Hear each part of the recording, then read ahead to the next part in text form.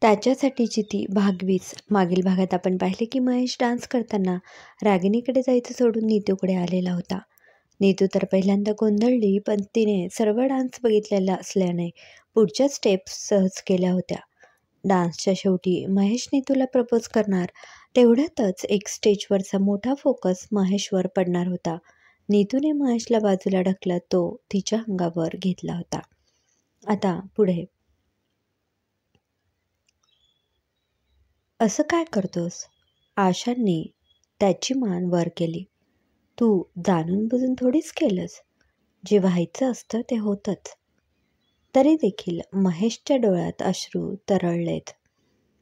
आलीये ती शुद्धीवर, जा आतमध्ये. महेशने त्यांना ICUमध्ये पाठवलं. नंतर महेश आत गेला होता. नीतूने सगळ्यांनाच पाहिलं. महेशला व्यवस्थित बघून नीतू हलकेच हसली आणि ती परत झोपी गेली. तिला परत झोपलेलं बघून महेशने परत डॉक्टरांना आवाज दिला होता. त्याने एवढ्या मोठ्याने आवाज दिला होता की थोड्या वेळासाठी डॉक्टरांना काहीतरी वेगळंच झाल्यासारखं वाटलं. डॉक्टरही धावतच तिथे आले.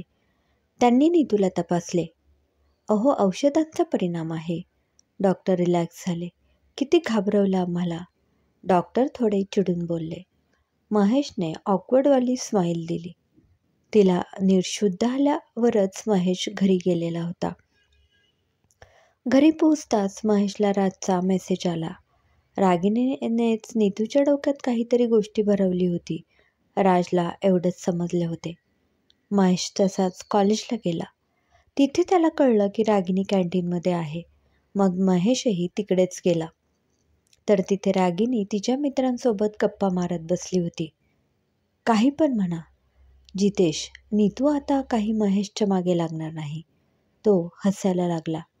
पण कोणाला कळणार तर नाही ना? रागिणी जरा घाबरून बोलली. नाही कळणार. असेही आपण फक्त थोडं हलवलं होतं. आता ते पडेलच हे माहीत नव्हतं ना. यात आपला काय दोष? स्वप्नील म्हणाला.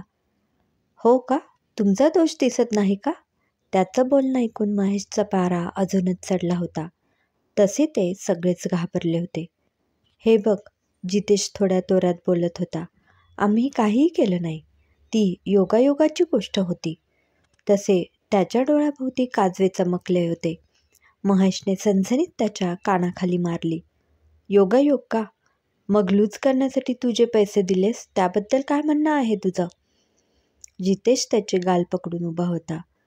काय पुरावा आहे तुझ्याकडे? तशी महेशने अजून एक कानाखाली वाजवली त्याच्या. तसे बाकी दोघे तिघे पुढे आले. त्यांनी एकदमच महेशला पकडलं. रागिणी आता पूर्ण घाबरून गेलेली होती. गाईज ऐका, आपण शांतपणे बोलू. ती सगळ्यांना शांत करण्याचा प्रयत्न करत होती. कॅन्टीनमध्ये बसलेले सगळेच मुलं मुली आता यांच्याकडेच बघत होते. सगळ्या कॅन्टीनसमोर याने मला 2दा कानाखाली मारलंय. मी याला असंच सोडू? जितेश रागात बोलला. तशी परत त्याच्या कानाखाली बसली. तुला फक्त कानाखाली मारली तर इतका राग आला. तुम्ही तर माझा जीवच घ्यायला निघाला होतात.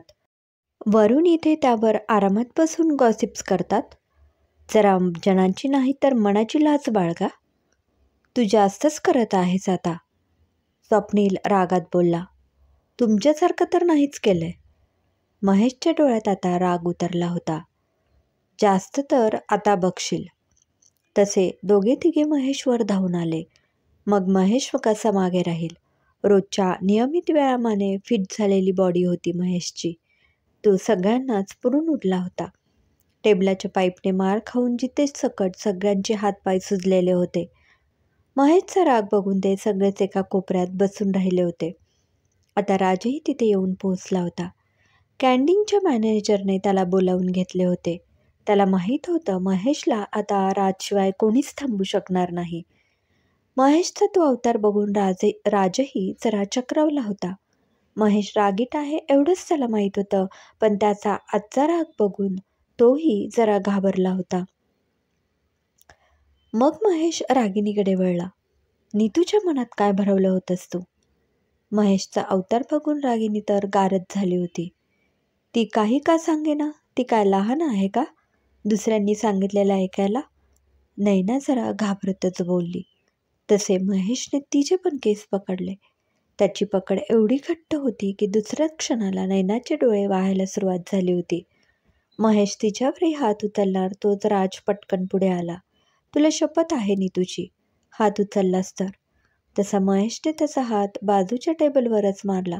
त्या टेबलाला तडा गेला. महेशने तिला सोडलं. तुम्हाला पोलीस कंप्लेंट करायची असेल तर खुशाल करा. महेशने त्या सगळ्यांनाच बोट दाखवून बोलला. मग मी पण तुमची सगळीच हिस्ट्री बाहेर काढतो. त्यांच्याकडे रागात बघत महेश तिथून बाहेर पडला. राजने कॅन्टीनच्या मॅनेजरला थँक्यू आणि सॉरी पण म्हणाला आणि तिथे झालेल्या नुकसानीचं बिल पाठवायला सांगितलं होतं. जवळपास 25 ते 30 दिवस नीतू हॉस्पिटलमध्ये ॲडमिट होती. ते सगळेच दिवस महेश कॉलेजला कमी आणि हॉस्पिटलला जास्त होता. महेशने तिची पूर्ण काळजी घेतलेली होती. महेश घेत असलेली काळजी बघून नीतूला खूप भारी वाटत होतं. पण आता रागिणीचे शब्द तिच्या भोवती फिरू लागले होते. तिला खूपच भीती वाटायला लागली होती. शेवटी मनातली भीती जिंकली. तिने स्वतःला महेशपासून लांब राहण्याचा निर्णय घेतला होता. नीतूला डिस्चार्ज मिळून ती आता देशपांडे निवासात आली होती. ती आता महेशपासून तुटक वागत होती. सगळ्यांनाच ते समजत होते, पण दोघे त्यांचा प्रॉब्लेम सोडवतील म्हणून सध्या त्यांना कोणीच काही विचारलं नाही. पण महेशचा संयम सुटत चालला होता. आता कुठे तो तिला प्रपोज करणार होता आणि आता ती महेशपासून लांब राहायला बघत होती. शेवटी न राहून महेशने नीतूला संध्याकाळच्या वेळेस घराच्या बाल्कनीवर पकडलंच. का वागतेस अशी? महेश काकुळतीला येऊन विचारत होता. महेशच्या डोळ्यातलं पाणी तिला बघवले जाणार नव्हतं म्हणून ती पटकन महेशकडे पाठ करून उभी राहिली. कशी म्हणजे? नीतू तिचा दाटून आलेला गळा सावरत बोलली. का लांब पळते माझ्यापासून? महेशने तिच्या खांद्याला पकडून त्याच्याकडे वळवले. नीतूने मोठ्या मुश्किलीने त्याचे हात झटकले. जवळ नाही यायचं माझ्या. नीतूचे डोळे रागाने ओले झालेले होते. महेशला तर शॉकच बसला. काय झालंय सोन्या? अशी का वागत आहेस? महेश, मला माहिती आहे तुझ्याही माझ्या खूप बोललास. नीतू रागात बोलली. थोडं हसून बोलले. म्हणजे काय प्रेम करायला लागले? तू तुझं तोंड पाहिलं आहे का आरशात? तुझा रंग काय, माझा काय? माझ्यासोबत उभी राहायची लायकी तरी आहे का तुझी? मी आधी पण तुझा हेट करत होते आणि यापुढेही करत राहीन. माझं तुझ्यावर कधीही प्रेम नव्हतं आणि कधीच नसणार आहे. माझ्यापासून तू लांब राहशील तरच मी खुश राहीन, समजलं? नीतू रागारागात तोंडाला येईल ते बडबडत होती. महेश तर तिचं बोलणं ऐकून सुन्न झाला होता. तिचे डोळे काहीतरी वेगळेच सांगत होते आणि तिचे तोंडातले शब्द वेगळेच काहीतरी बोलत होते. या सगळ्याचा विचार करताना त्याला डोक्यावर असंख्य भार झाल्यासारखं वाटत होतं. नीतू बोलून तिथून निघून गेली. महेश बराच वेळ तिथे उभे राहून नक्की काय झालं याचा विचार करत होता. राजही वर येत होता, पण नीतूचं बोलणं ऐकून तो मागच्या मागे गेला होता. नीतू महेशला नाही ते बोलून गेस्ट रूममध्ये निघून गेली. तशीच ती बेडवर झोपली. तिथल्याच एका उशीत चेहरा खुपसून तिच्या अश्रूंना तिने वाट करून दिली होती. मग तिने मोबाईलमधला महेशचा फोटो काढला. खूप प्रेम करते रे सोन्या तुझ्यावर, पण माझ्यामुळे तुला काही झालेलं मला नाही रे चालणार. नीतूने तिचे डोळे पुसले. पण आज जर असे बोलले नसते तर माझ्यापासून तू दूरच गेला नसता. खूप खूप सॉरी रे. ती तशीच रडत झोपी गेली होती. इकडे राजने रागिनी आणि तिच्या बाकी ग्रुपला परत जमा केला. त्यांनी केलेली चूक सुधारायला त्यांना परत नीतूसमोर उभं केलं. त्या सगळ्यांनी त्यांची चूक कबूल सुद्धा केलेली होती, पण तिच्या मनात भरलेली भीती अजूनही तशीच होती. पण रागाच्या भरात महेशला बोललेले शब्द आठवून तिच्या हृदयाचे तुकडे होत होते. तिकडे महेशही आतून खूप तुटला होता. दामोदरांची आता पुण्याला बदली झाली होती. त्यांच्या सर्व्हिसचं शेवटचं वर्ष होतं ते. मग नीतूलाही पुण्याला घेऊन जायची तयारी केलेली होती. पुण्याला जायच्या आधी नीतूला महेशची माफी मागायची होती, पण महेश तिला भेटतच नव्हता. तिला महेश घरात तर दिसायचा, पण मग तो तिला बघून तिथून पटकन निघून जायचा. नीतूच्या खांद्याला प्लास्टर असल्याने ते सांभाळून तिला फास्ट चालणे जमतच नव्हतं. तरी एका क्षणाला तिने महेशला पकडलेच. अरे ऐकून तर घे नीतू, अजून काही बोलायचं बाकी आहे? महेश रागातच म्हणाला. मला फक्त तुला नीतू पुढे बोलणार तोच महेश बोलला. नकोय तुझं सॉरी मला. महेश ओरडलाच. मी तुझ्या लायकच नाही आहे ना, मग तुझ्या सॉरीला पण माझ्याकडे येताना वाईट वाटेल. आता मी तुझ्यापेक्षा जास्त तुला हेट करतो, समजलं? महेश काहीच ऐकून न घेता तिला जे बोलला ते ऐकून नीतूला पण त्याचा राग आला.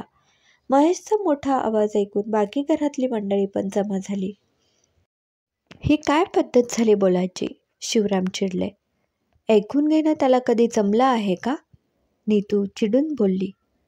पहिले मनाला येईल तसं बोलायचं आणि नंतर परत मीच ऐकून घ्यायचं. महेश म्हणाला. मला आता कोणाचंच काहीही ऐकून घ्यायचं नाही. महेशच्या चेहऱ्यावर पण खूप राग दिसत होता. अरे काय झालंय ते तर सांगा. शांता घाबरून बोलत होत्या. काही गरज नाही. यापुढे काही विचारलं तर माझी शपथ आहे तुम्हाला. महेश गरजलाच. मग तो राजकडे वळला. तुलाही आहे. तो तसाच त्याच्या रूममध्ये निघून गेला. इकडे नीतूच्या रागाचा पाराही चढला होता. ती पण गेस्ट रूममध्ये जायला निघाली. बाबा आपण आजच्याच निघूया आणि प्लीज मलाही काही विचारायच्या भानगडीत पडू नका. नीतू गेस्ट रूममध्ये निघून गेली. काय चाललंय यांचं? शिवराम म्हणाले. काहीच कळत नाही. दामोदरही डोक्याला हात लावून बसले होते. तिच्याकडून मी सॉरी बोलते. आशा हळूच बोलल्या. असं नका बोलू. शांता आशाजवळ आल्या. दोन्ही तर आपलीच मुलं आहेत. आता रागात आहेत, शांत झाली की बोलूया. निघताना नीतू सगळ्या वरिष्ठांच्या पाया पडली. तिने सगळ्यांनाच सॉरी म्हटलं, पण महेश काही त्याच्या रूममधून बाहेर आला नाही. गाडीत बसताना नीतूचा एक डोळा महेशच्या रूमकडेच होता, जिथे तिला फक्त महेशची झलक दिसली. तेव्हापासून ती दोघे जी वेगळी झाली ती त्या दिवशी एकमेकांना दिसली होती. वर्तमान काळ. एवढे सगळे झाले आणि तू आता सांगत आहेस? शिवराम राजला चिडून बोलले. क्रमशः लेखक महेश गायकवाड. श्रोतेहो, कसा वाटला कथेचा हा भाग कमेंटमध्ये अवश्य कळवा. पुन्हा भेटू.